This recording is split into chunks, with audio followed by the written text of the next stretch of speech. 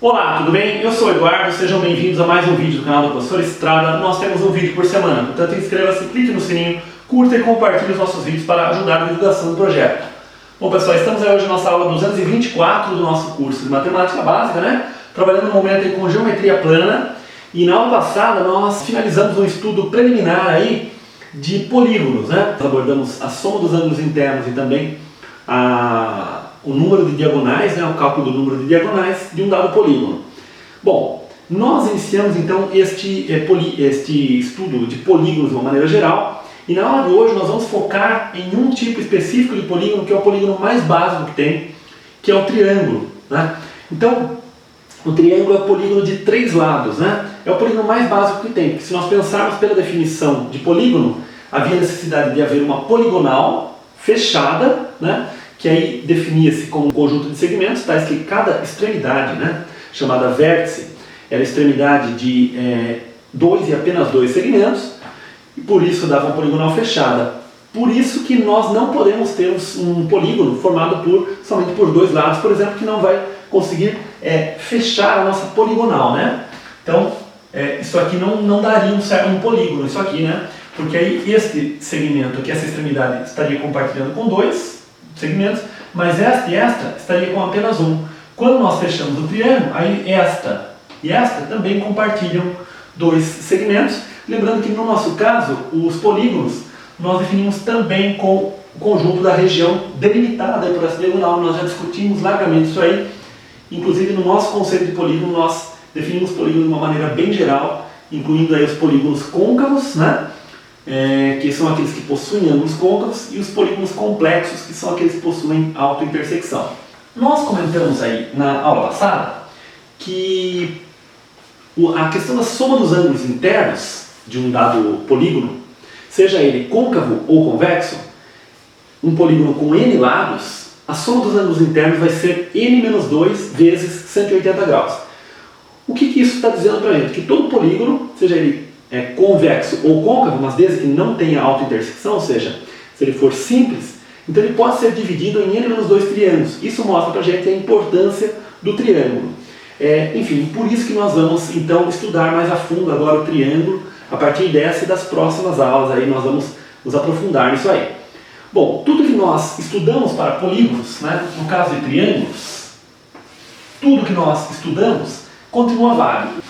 Um triângulo nada mais é do que um polígono particular, um polígono de 3 lados, ok? Bom, então o que nós comentamos? Os elementos de um polígono vão ser os elementos de um triângulo. Então no triângulo também nós vamos ter 3 vértices, né? Vamos ter 3 lados, né? E vamos ter 3 ângulos também, 3 ângulos internos no caso, né? Este aqui seria um ângulo interno, este ângulo interno e este ângulo interno. Os vértices, nós continuamos usando letras maiúsculas no nosso alfabeto, por exemplo, vértice A, vértice B e vértice C. Então aqui nós temos o ângulo A, o ângulo B e o ângulo C, né? Nós podemos denotar aqui dessa forma, A, B e C. Essa é uma forma simplificada, tá? O ideal é o ângulo A aqui, a gente escrever como BAC, né? Então esse triângulo A aqui, na verdade, o ideal seria a gente escrever BAC, né? O ângulo B como ABC, quer dizer, colocar o ângulo, o vértice do ângulo no meio, né? Então esse seria o ângulo B. O ângulo C seria o BCA ou então ACB, enfim, colocar o C no meio. Mas enfim, por uma simplicidade, por questão de simplicidade mesmo, né? De praticidade, nós costumamos às vezes escrever os ângulos somente dessa forma, usando um chapeuzinho em cima. E os lados é a mesma coisa. Então aqui eu tenho o lado AB, né?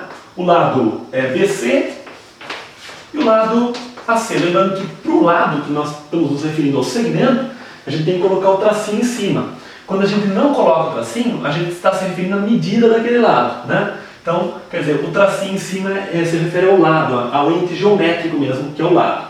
Que é o segmento que une, né, 2 vértices consecutivos. Um outro detalhe também é o seguinte: é comum nós denotarmos as medidas desses lados, que no caso, quais vão ser as medidas? AB, BC e AC, sem o tracinho em cima.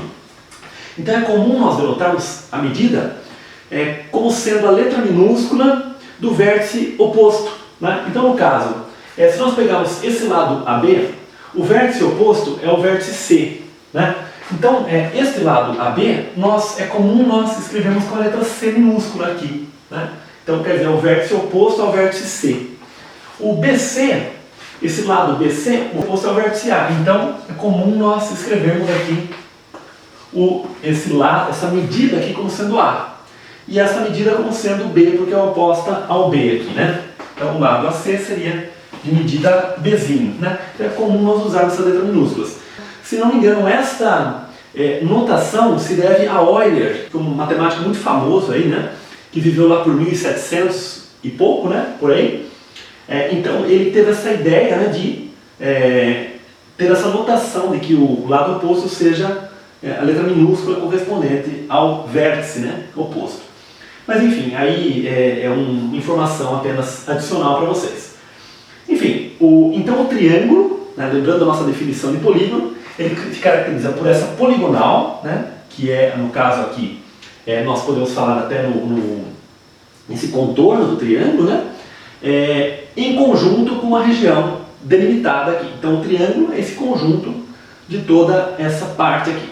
Bom, também como nós falamos em polígono, nós temos também a soma dos lados, né? A soma da fronteira dessa figura, que no caso a gente chama de perímetro, né? Então no caso o perímetro desse triângulo é o que? É a soma do A mais o B mais o C. Então A mais B mais C é o perímetro deste triângulo, tá? Também um fato que nós já sabíamos, né? Nós mostramos, quando nós trabalhamos com a soma dos ângulos internos de um polígono, nós mostramos que a soma dos ângulos internos de um triângulo é 180 graus. Né? Voltem para a aula 222, né, que é 2 aulas atrás, vocês verão aí a demonstração de que a soma dos ângulos internos do triângulo é 180 graus. Então, por exemplo, este ângulo é 30 graus e este ângulo é 40 graus, 30 mais 40 vai dar 70 graus. Então vai restar 110 graus para esse terceiro ângulo, porque a soma tem que dar 180 graus. Tá? Então sempre isso vale.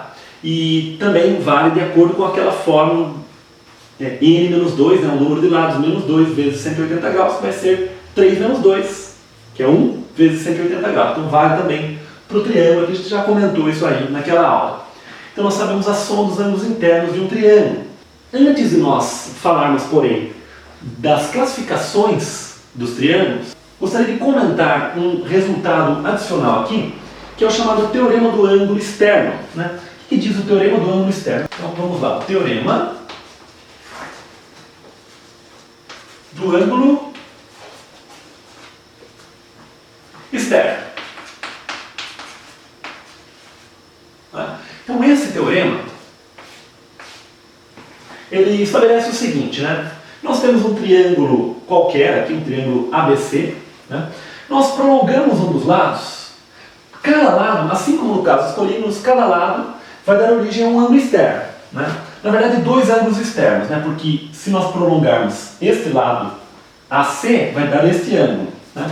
Mas se nós prolongarmos o lado BC, nós vamos ter este ângulo externo, mas são opostos pelo vértice. Nós comentamos isso aí, inclusive, que o ângulo externo não é único, né? Existe um par de ângulos aí opostos pelo vértice em cada vértice, né? Mas enfim, nós geralmente tomamos um deles e aí nos outros lados nós vamos sempre tomando dentro desta orientação aqui, digamos, que nós seguimos, né? Inclusive na aula passada nós fizemos um adendo muito interessante, que nós falamos em ângulo externo, inclusive não somente de polígonos convexos, mas também de polígonos côncavos. E aí nós falamos até em ângulo externo negativo, né? Uma coisa que quebra um pouco aí o paradigma mais comum aí, mas que é um ângulo externo, a maneira como é definido o ângulo externo para o caso de polígonos côncavos. Volte para aquela aula, né, que nós falamos disso também. Vou fazer o seguinte, este ângulo interno aqui, eu vou chamar esse ângulo interno, eu vou chamar de alfa. Este ângulo interno eu vou chamar de beta, e este ângulo interno aqui eu vou chamar de gama.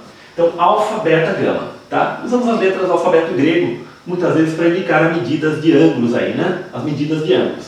Bom, e este ângulo externo ao ângulo gama, né, que é o ângulo adjacente, né, que é o ângulo cuja soma dá 180 graus, eu vou chamar este ângulo aqui de delta, tá certo? Outra letra do alfabeto grego.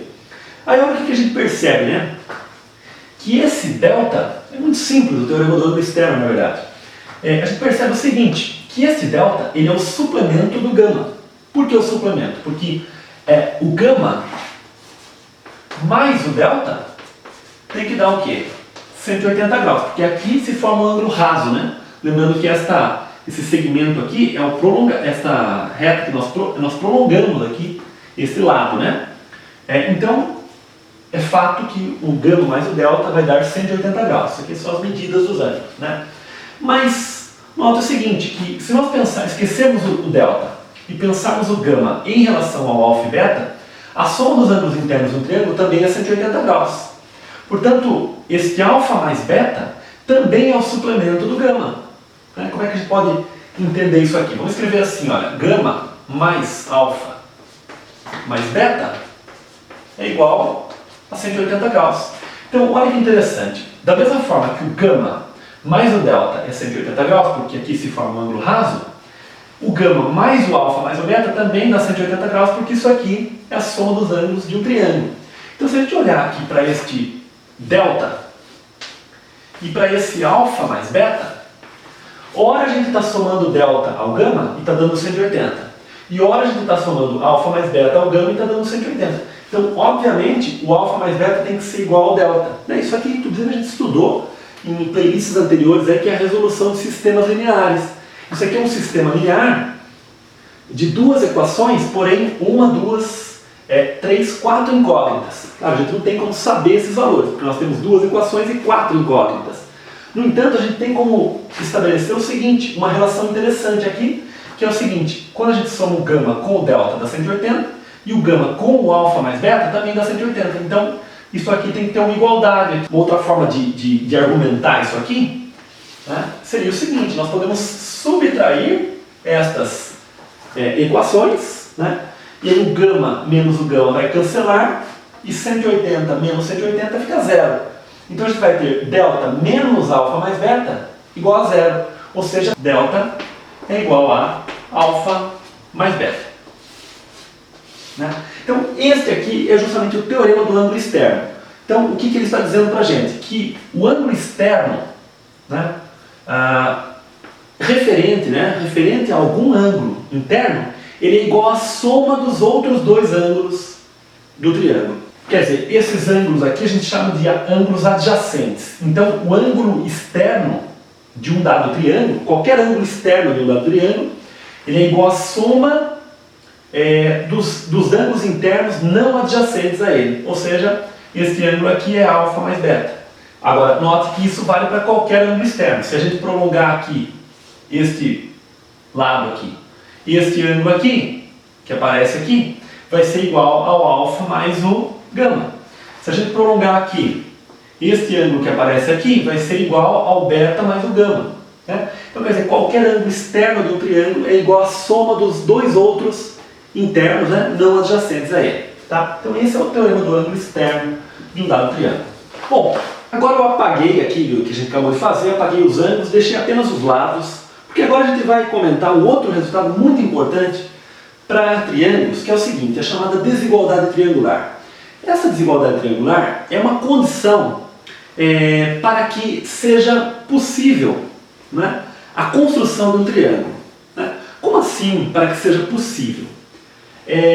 Bom, não é todo o conjunto de segmentos que pode formar um triângulo. Isso aqui é uma experiência que pode ser feita, inclusive, com crianças, inclusive para você mesmo na sua casa, você pode dar uma olhada nisso aqui. É o seguinte, por exemplo, vamos pensar aqui, eu tenho 3 canetas, e a pergunta é a seguinte: essas canetas têm medidas iguais, na verdade, elas estão canetas iguais, exceto pela cor aí, no caso. Mas enfim, a questão é a seguinte: será que eu consigo, com essas 3 canetas, construir um triângulo? Bom, sim, é verdade, eu posso juntar aqui, e junto aqui, então eu consigo construir um triângulo. Todos os lados têm a mesma medida. Mas enfim, será que, dado qualquer conjunto de segmentos, será que eu sempre consigo construir um triângulo? Bom, essa é uma pergunta interessante. Para responder essa pergunta, eu peguei aqui uma régua metálica, e vou pegar 2 daquelas canetas. Então vamos imaginar que nós tivéssemos 3 segmentos, um deles com essa medida e esses 2. Será que eu consigo construir um triângulo nessa situação? Olha só, se eu colocar uma caneta neste vértice aqui, né? E a outra caneta neste vértice, olha o que acontece. Quando eu tentar fechar o triângulo, não vai fechar, né? Porque esta ponta aqui dessa caneta, ela não alcança a ponta dessa caneta. Então não fecha o triângulo.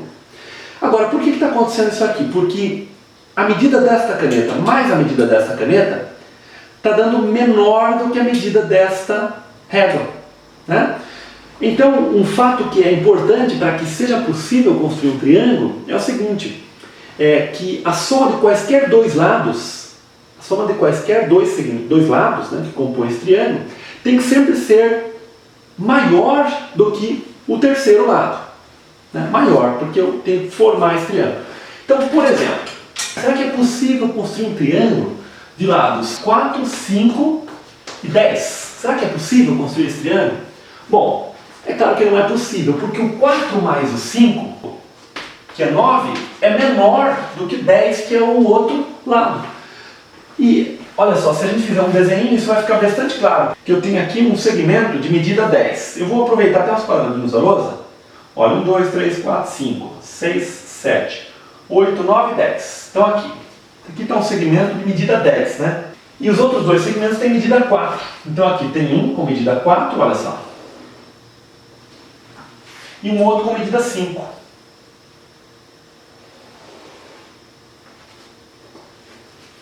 Então, esta medida aqui é 10, esta medida é 4 e esta medida é 5. Então, claramente, quando a gente tentar fechar esse triângulo, né, a gente pode pensar um arco de circunferência aqui, a gente vai juntar, vai aparecer exatamente aqui no 4. Ó.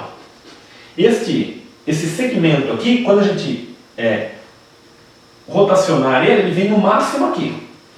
E esse segmento aqui, quando a gente rotaciona, ele vem no máximo no 5 aqui. Né? Pode pensar realmente num arco de circunferência. Então esse segmento no máximo ele vem aqui, e esse no máximo aqui. Então a gente não consegue fechar esse triângulo. Por que isso ocorre? Porque a soma de dois lados está sendo menor do que o terceiro lado. Tá? Então essa é a chamada desigualdade triangular, é que a soma de quaisquer dois lados de um triângulo sempre tem que ser maior do que o terceiro lado. Né? Mas vamos trabalhar um pouquinho melhor isso aqui para construir a desigualdade de uma maneira mais geral, depois fazer algumas observações. Bom, então a gente acabou de ver aqui o seguinte, né? Que cada lado do triângulo tem que ser menor do que a soma dos outros dois lados, para que seja possível formar um triângulo. Então esse lado A, no caso, ele tem que ser menor do que B mais C. O lado B, ele tem que ser menor do que A mais C.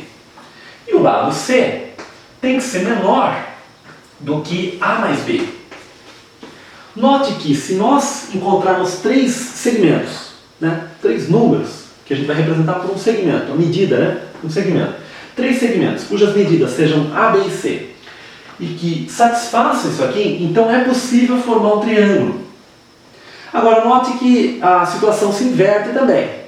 Dado um triângulo, é fato que vale essas três condições aqui. Então, na verdade, a desigualdade triangular ela é um resultado que tem duas direções. Ela atua nos dois sentidos aí. Agora, vamos manipular um pouquinho melhor essas relações.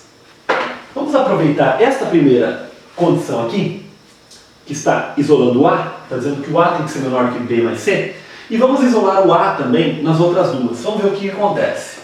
Olha só, essa segunda aqui, ela diz que B é menor do que A mais C. Eu vou passar esse C para cá, vai ficar B menos C menor do que A. Eu vou escrever assim, ó, B menos C menor do que A, certo? E vou escrever aqui embaixo, também isolando o A, eu vou passar o B agora, para cá vai ficar C menos B menor do que A. Então a gente tem esta inequação e esta inequação, certo? Essas três inequações devem ser satisfeitas simultaneamente e se elas forem vai ser possível formar um triângulo. Ok. Bom, mas note um detalhe, né? Quando a gente pega essas duas ações, se o B for igual ao C, então B menos C e C menos B são iguais a zero, certo? Ora, mas se o B é maior do que o C, então se o A for maior do que o B menos C, que o B menos C vai ser positivo, obviamente o A vai ser maior do que C menos B, porque aí o C menos B vai ser negativo. E se o A é maior do que o valor positivo, obviamente ele vai ser maior que o valor negativo. E da mesma forma, se o C for maior do que o B, então aí o A, que nesse caso é maior do que C menos B, que é o valor positivo. E nessa situação o A seria maior do que B menos C, que vai ser negativo daí. De qualquer modo, se a gente garantir que o A é maior do que o C menos B e que o B menos C, então a gente já garante essas duas simultaneamente. Agora existe uma ferramenta para a gente fazer exatamente isso, que é o módulo, que nós já estudamos no canal, inclusive temos uma playlist de função modular, e no começo dessa playlist nós estudamos o módulo, né? Que é o número entre barras. Então se nós pegarmos essas duas condições aqui, e escrevermos simplesmente assim, ó, B menos C menor do que A em módulo, isso está resumindo. Por quê? Porque se o B for igual a C, então eu estou garantindo que o A é maior do que zero. Certo? E que essas duas vão ser iguais. Se o B for maior do que C, então o módulo de B menos C vai ser B menos C, então o A vai ser maior do que B menos C, e consequentemente ele vai ser maior também do que C menos B, porque vai se dar negativo daí. E se o C for maior do que o B, então o módulo de B menos C vai ser C menos B. Então eu vou estar garantindo que o A é maior que C menos B, e vou estar garantindo que o A é maior do que o B menos C também. Tá? Porque de fato, né, pessoal, só retomando aqui, já lá na nossa aula de função modular, a gente definiu o módulo de um x como sendo o seguinte: x, se x é maior ou igual a zero, e menos x, se x é menor do que zero. Quer dizer, o módulo ele sempre transforma em positivo, né, esse valor que está aqui dentro. Vamos imaginar um y aqui, que é maior do que o módulo de x. Bom, se o y é maior do que o módulo de x, então, como o módulo de x ou ele é x ou ele é menos x, a grande questão é a seguinte, que esse y e x, vamos imaginar que eles são fixos nessa situação aqui. Né? Então, se o y é maior do que o módulo de x, então, obviamente, ele é maior do que x e também é maior do que menos x, porque como ele é maior do que o módulo, ele vai ser maior do que o valor positivo, que ou é x ou é menos x. Portanto, vai ser maior que o valor positivo ou negativo aqui do caso que aparecer, né? E a volta também, se o y é maior do que x e maior do que menos x, uma vez que a definição do módulo é essa, então o y é maior do que o módulo de x. Ora, se a gente pensar esse y como sendo o A e o x como sendo B menos C, então a gente está dizendo que o nosso y é maior do que o x e o y é maior do que menos x, e C menos B é menos B menos C, né? Isso implica que o y é maior do que o módulo de x, certo? Bom, isso aqui então, na verdade, vai nos dois sentidos, né? Essa implicação, e lembrando que essa implicação a gente está usando esses dois, né? Então esses dois implicam isto, e isso aqui implica esses dois aqui, né? Ok, bom, feita essa pequena revisão aqui, olha como nós conseguimos resumir a desigualdade triangular. Nós usamos apenas esta desigualdade e esta. Então se nós colocamos o A no meio e dizemos aí que o A é menor do que B vai ser e maior do que B menos C, nós, através desta desigualdade, né, desigualdade dupla, né, encavalada aqui, nós conseguimos resumir as três desigualdades que nós tínhamos. Ou seja, para nós verificarmos se um dado triângulo é possível de ser construído, nós não precisamos fazer essas três desigualdades. Basta que nós peguemos um único lado e verifiquemos se ele é maior do que o módulo da diferença dos outros dois e menor do que a soma dos outros dois, né? Então qualquer lado, né? Eu vou até fazer um exemplo de acordo com aquele exercício que a gente acabou de... Esse exemplo que eu acabei de citar para vocês, né? Coloquei aqui um triângulo com lados 4, 5 e 10. Nós vimos que isso não era possível. Mas vamos tentar ver que não é possível através daquela desigualdade ali. Bom, vamos imaginar que se esse é o A, então esse é o B e esse é o C, por exemplo. Vamos fazer passo a passo aqui, ó. Ficou aqui, ó, 5 mais 10 e maior do que 5 menos 10 em módulo. 5 menos 10 em módulo é menos 5. O módulo de menos 5 é 5. Então 5 é menor do que 4, que é menor do que 15. Ora, isso é verdade? Obviamente isso não é verdade. Porque o 4 é menor do que 15, mas o 4 não é maior do que o 5. Então você não forma um triângulo. Veja que se a gente partisse de qualquer lado, sempre daria certo. Se eu considerar como A, o meu 5 aqui, né? Então 5 é menor do que 14? Sim, que é a soma dos outros dois. Mas é maior do que a diferença entre 4 e 10 é 6, né? Menos 6, mas em modo dá 6. 5 é maior que 6? Não é. Então não dá também. Você vê que qualquer lado que a gente pegue dá certo, né? Vamos pegar a partir do 10 aqui. Vamos considerar o nosso A como sendo 10. 10 é menor do que 4 mais 5, que é 9? Já furou. Já furou, não é triângulo. E maior do que a diferença entre 4 e 5 é 1. Menos 1 em módulo dá 1. 10 é maior que 1? Sim. Mas é menor que 9? Não. Então não é triângulo.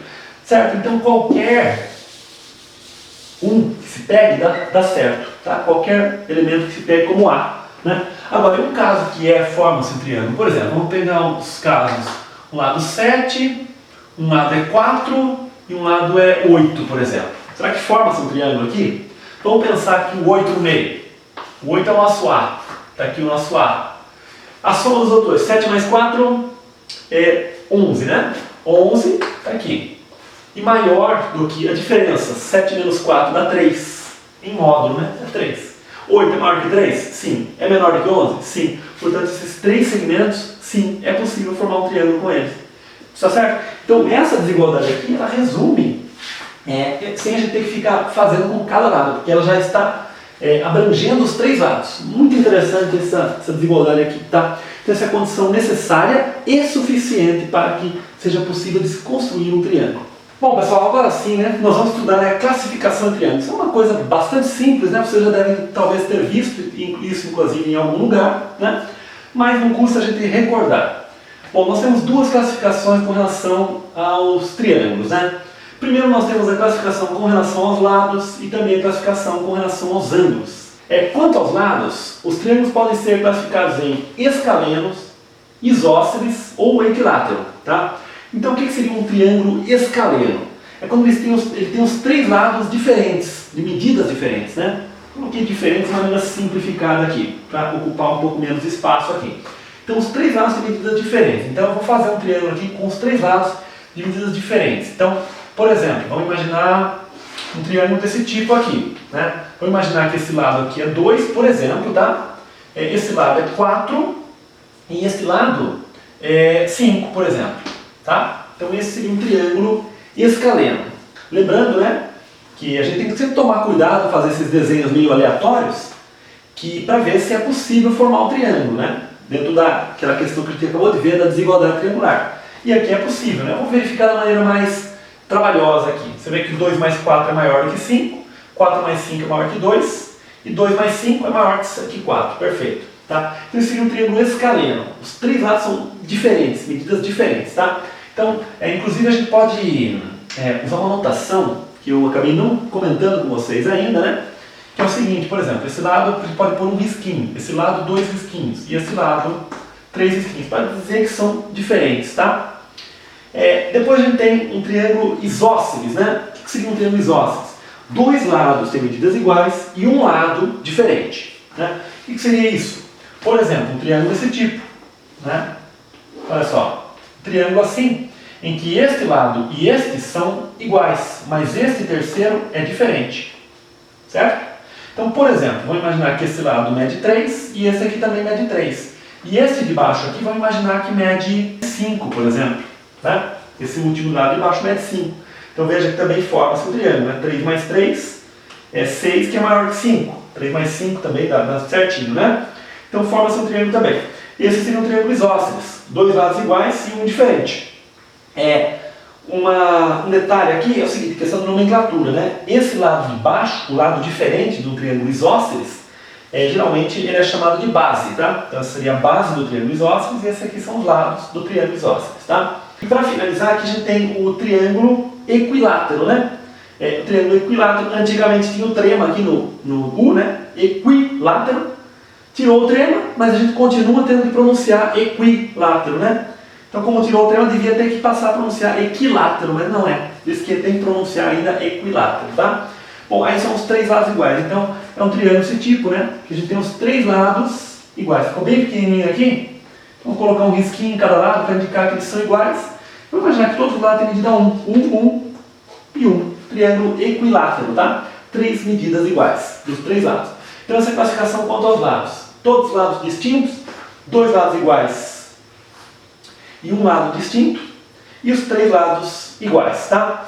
A título de curiosidade, os nomes escaleno e isósceles vêm do grego. Escaleno tem alguma coisa a ver com oblíquo, né? Alguma coisa diferente, né? Tem essa ideia de diferente. E isósceles lados iguais, basicamente, né? Iso tem essa ideia de mesmo, né? Isosceles, pernas iguais, lados iguais, enfim. É como se fossem pernas aqui, né? Digamos.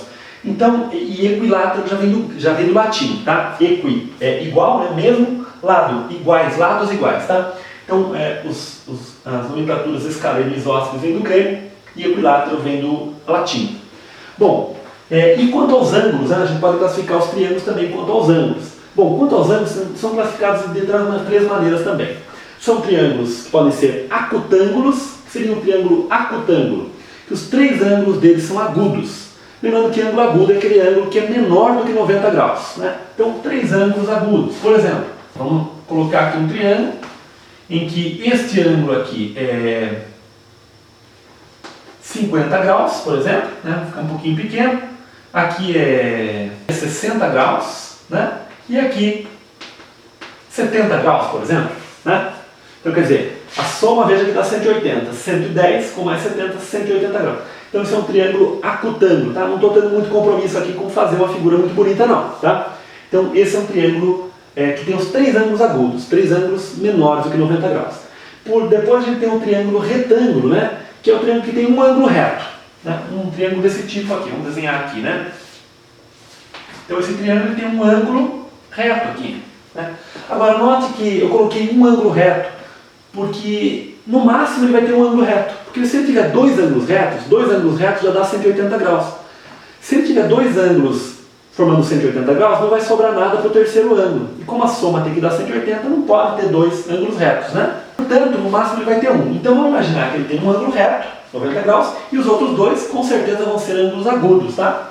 Então vamos imaginar que este ângulo aqui, por exemplo, é 30 graus, e este outro ângulo, vou colocar aqui fora, ó, 60 graus, tá? Então 60 com 30, 90. Você vê que a soma dos outros dois dá 90, né?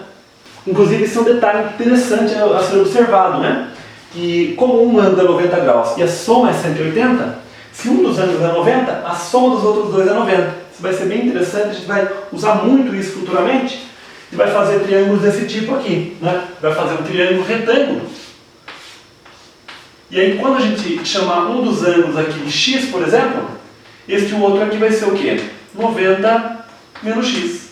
Porque a soma desses dois tem que dar 90. Né? Então aqui x e 90 menos x, ou x e 90 menos x para cá, enfim. A gente vai usar bastante isso aí futuramente. Tá? Enfim, então esse é o triângulo retângulo.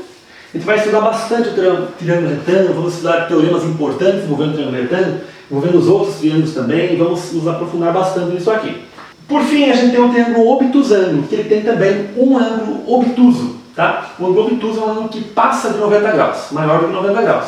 Novamente, o mesmo comentário vale aqui também. Não é possível ele ter mais de um ângulo obtuso. Porque se ele tiver mais de um ângulo obtuso, mais de um ângulo que passa de 90, a soma desses dois ângulos que passarem de 90 já vai passar de 180 graus. E aí vai furar o fato de que a soma dos ângulos de um triângulo é 180 graus. Tá? Então só pode ter um ângulo obtuso, não pode ter mais do que um. Vamos fazer um exemplo, né, de um triângulo obtusângulo. Colocar o ângulo obtuso aqui em cima. Ó. Colocar aqui 120 graus, por exemplo. E vamos colocar esses dois iguais aqui. Ó. 120 graus, se aquele é 120, sobrou 60 graus para inteirar 180. Então vamos pôr 30 para cá e 30 para cá. Os ângulos são iguais. Tá? Bom, então a gente tem um ângulo maior que 90 e os outros dois ângulos agudos, né? Com certeza. Então esse é um triângulo obtusângulo, porque ele tem um ângulo obtuso. Agora, tem um detalhe aqui, né? Comentamos aqui o triângulo isósceles, que ele tem os dois lados iguais. E o triângulo obtusângulo, nesse exemplo que a gente comentou, nesse exemplo, tá? Ele tem os dois ângulos da base iguais, digamos assim, né? Será que o fato de ter dois lados iguais implica que os dois ângulos são iguais? Esses dois ângulos da base são iguais?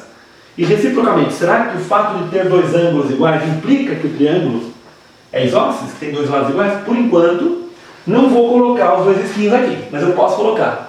Então, aprender isso futuramente, que o fato de um triângulo ser isósceles implica que os ângulos da base são iguais. Então, esse triângulo aqui vai ser igual a esse.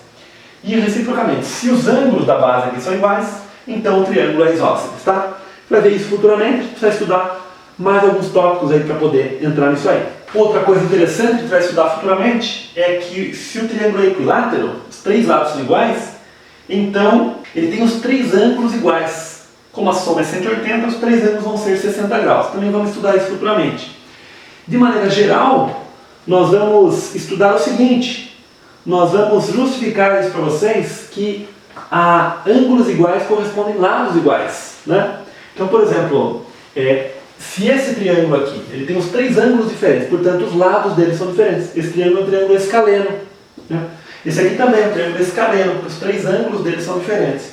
Esse aqui já é um triângulo isósceles. Enfim, vai ter uma relação entre os ângulos, né, e os lados aí que a gente vai estudar futuramente. E também nós vamos comentar o seguinte, futuramente, que o oposto ao maior ângulo sempre está ao maior lado. Por exemplo, nesse caso desse triângulo, o maior lado dele é esse lado aqui de baixo, né?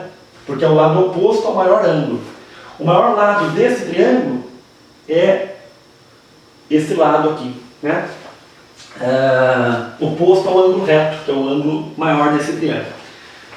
Para finalizar, pessoal, eu gostaria de esclarecer uma nomenclatura aqui do triângulo retângulo, que é muito importante, vocês talvez já tenham visto também em alguns lugares, que é o seguinte: nós temos um triângulo retângulo, o lado oposto ao ângulo reto nós chamamos de hipotenusa, tá? Chamamos de hipotenusa, e os outros dois lados nós chamamos de catetos, tá? Então nós temos o lado oposto ao ângulo reto, chamada hipotenusa, e os outros dois lados chamados de catetos, tá?